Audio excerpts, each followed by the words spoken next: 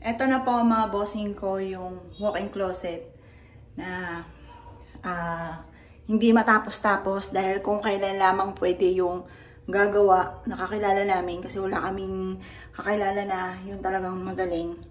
Ayun, ito pa lang po yung pinaka-ano niyan. Kaya kalat-kalat pa rin po dito. Tapos, ito naman po yung gagawin namin sapatosan. Yan. Yung gamit namin yung nakakalat dito. Ito po yung giniba noong panahon na si Jovelyn po ay yun nga nung Wednesday. Hindi, bali Tuesday po ito giniba na pinakita ko sa inyo na parang ipapa-renovate namin kasi sa isang kwarto po. Kasi hindi siya sa amin, hindi po yung mga anak ko, hindi po sanay matulog ng sila-sila lang kasi ngayon lang po sila nagkaroon ng sarili nilang kwarto. Kaya kumbaga sanay po sila na tabi-tabi kami. Kaming apat. Ngayon, nasikipan yung mister ko, siya na nagkusa sa sahig. Kaya naisip ko po na ito yung dating nire-replyan.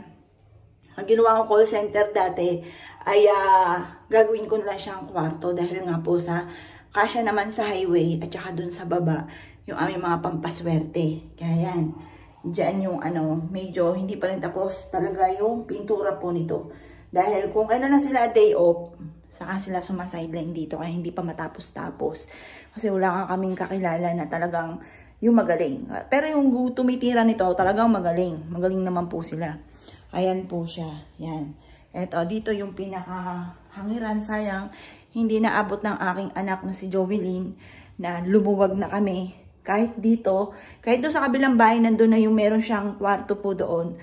Dito, maglalagay pa rin sila kasi tabi-tabi nga po kami. Meron pa rin siyang mga gamit dito, si Jovelyn, na ibinaba nga po namin doon sa kabila. Sayang hindi niya po naabot kasi tambak-tambak yung mga gamit po namin doon sa kabila.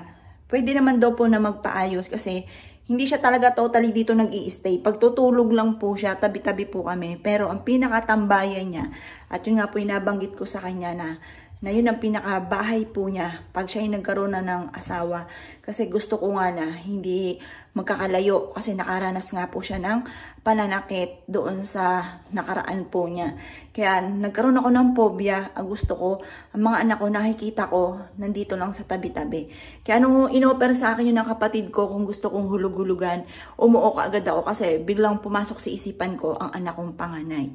Pero hanggang sa ngayon, kanya naman po yun, nandun po siya sa ngayon.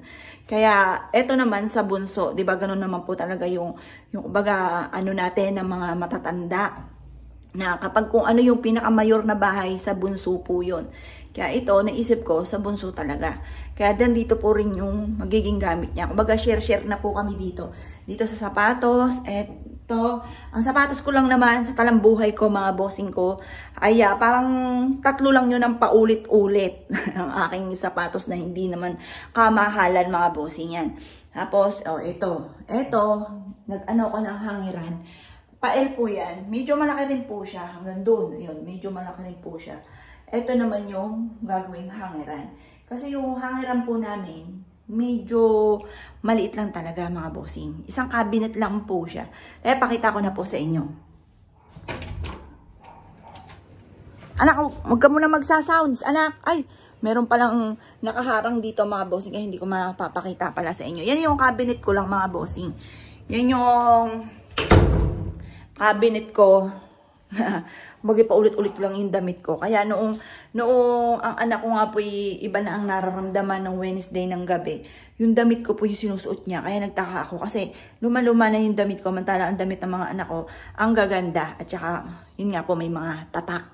Yung sa akin mga bossing ko, tatakbuhin. Ayan, kaya nagtaka po ako. Sabi ko, aba himala, ba't ka nagsusuot ng damit ko anak? Anong meron? Ayun, pati kumot ko, lahat. Kasi yung kumot ko, manipis lang. Local lang po yun. 170 lang po yun. Mantalang sa kanila, mga comforter. Yun, ang kanila magaganda. Yan po. Medyo magulo pa po siya dyan. Yung nandito dati, nilabas po siya doon.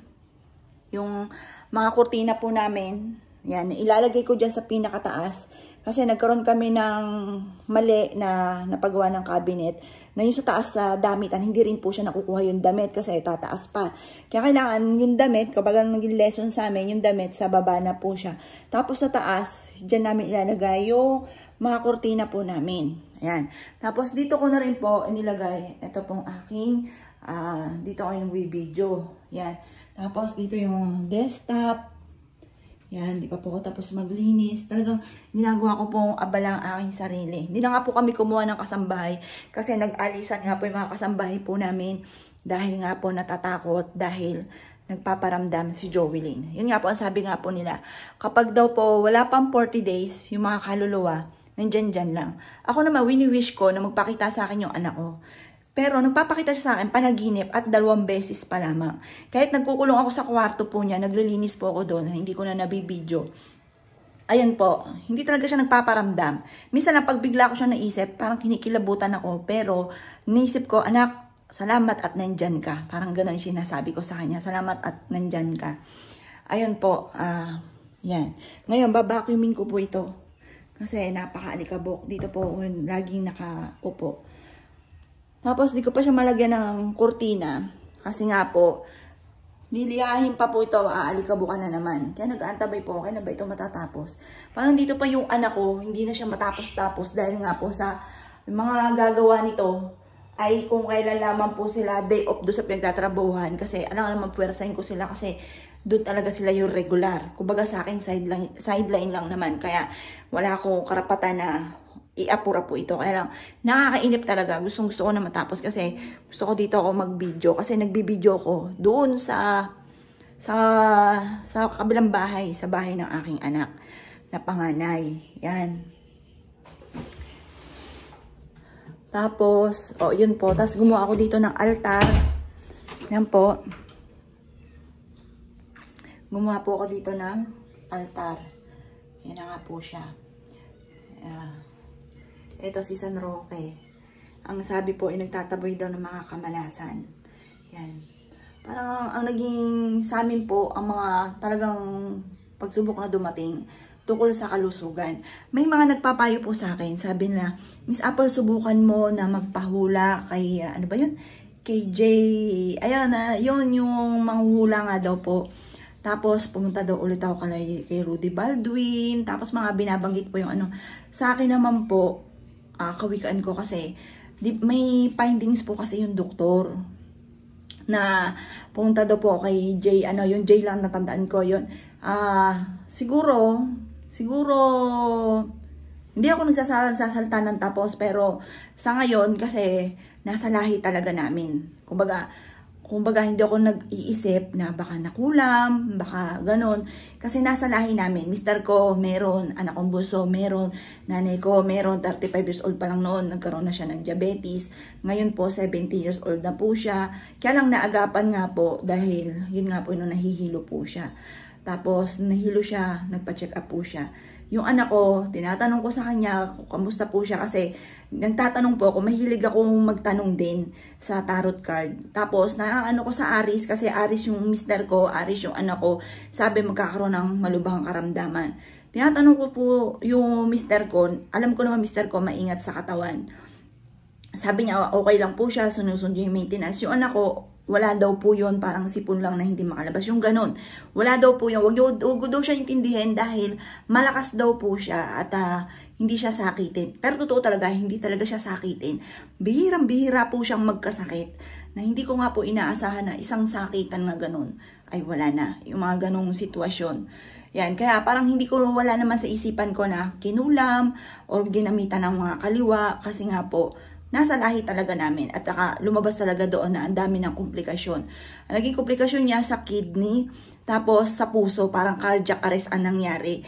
Nasa lahi din po ng nanay. Dati meron din pong bata pa lang yung parang kasing edad rin daw po ni Joelyn na atake naman sa puso yung nangyari sa side ng nanay. Kumbaga nasa lahi din po talaga namin yung may diabetes at saka sa mga cholesterol. Limang kakapatid po yan. Tapos yun nga po yung sakit sa puso. Kaya kumbaga sa isipan ko wala talaga na maaring kinulam o nagamitan ng mga kaliwa. Hindi. Wala po sa isipan ko po yun.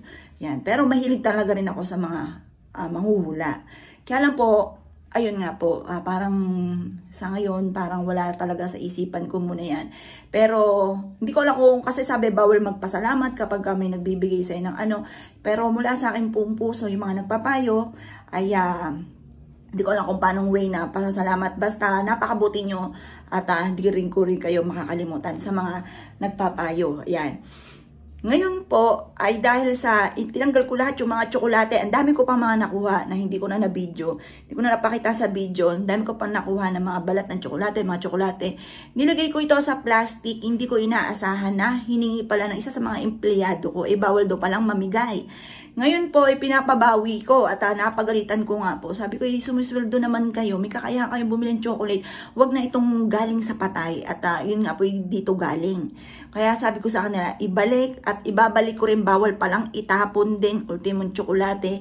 Kaya ibabalik ko rin po ito sa kwarto. Parang iano ko lang at baka langgamin. Ayan, parang, kasi meron din ako nakita na nakaipit na tsokolate sa, ano nga po, doon nga po sa damitan po niya.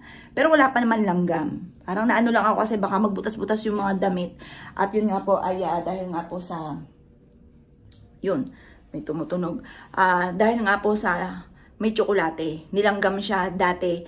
Tapos, tinapo namin yung tsokolate. Tapos nakakita na naman ako ng tsokolate ngayon sa damit po niya. Na hindi ko na nga po na-video. At hindi pa rin ako tapos na mag-ano po doon sa damitan po niya. Dahil napakadami mga bossing. Diyos ko po, siguro kung talagang ayos na ayos ang damit noon, talagang namagandaan sa lansan, aabutin ako ng mga ilang araw. Kaya dito naman meron din ako nililinis dahil kahit ano may mga alikabok. Ayan, at saka doon sa loob pa ng bahay po namin. Kasi nga wala na kaming kasambahay. Kaya yun, kaya maraming gawain talaga. Yan. Pero dito naman po mga bossing ko, dito sa amin, sa pool, hindi ako nagpapapasok sa loob ng bahay. Nagpapapasok ako, mag-ano lang sila ng ulam, magpapasok ng ulam, luto, laba lang po talaga, at saka sa labas lang talaga sila ng bahay. Kaya wala sa aming issue na may mga nawawala. Kasi ako lang din talaga naglilinis po dito. Yan, napapagalitan ko pa minsan yung kong panganay dahil di ako tinutulungan sa paglilinis. Kasi linis ko dito, linis ko sa kabilang bahay.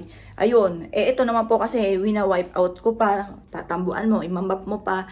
Tapos yung mga na mga salamin, ano mo pa po siya pupunasan para hindi patik-batik. Para talagang kailangan malinis po, di ba? Like ko sinasabi, kailangan laging malinis. Pagdating sa usapin ng naman, okay naman. Yun lang talaga sa kalusugan kami. Dahil yun nga po, nasa lahi. At saka depende rin syempre sa pag-iingat. Yun nga po yung anak ko. Bagamat hindi kami nabili ng mga tsokolate, or kung bumibili man kami, talagang budget na. Sasabihin ko sa aking anak. I-message ko, anak, gusto mo nito? Yung mga Hershey, ganyan. Anak, gusto mo nito? Sasabihin niya sa akin. Kasi ngayon lang ako kakain. Sasabihin niya sa akin, ako mami, sumakit na nga lalamunan ko dyan. Hay ko, anak, ano ibig mo sabihin nakakain ka nito? Yung mga ganun, yung nabubuhay pa siya. Talagang marami siyang na mahilig talagang kumain, mahilig sa mga tsokolate.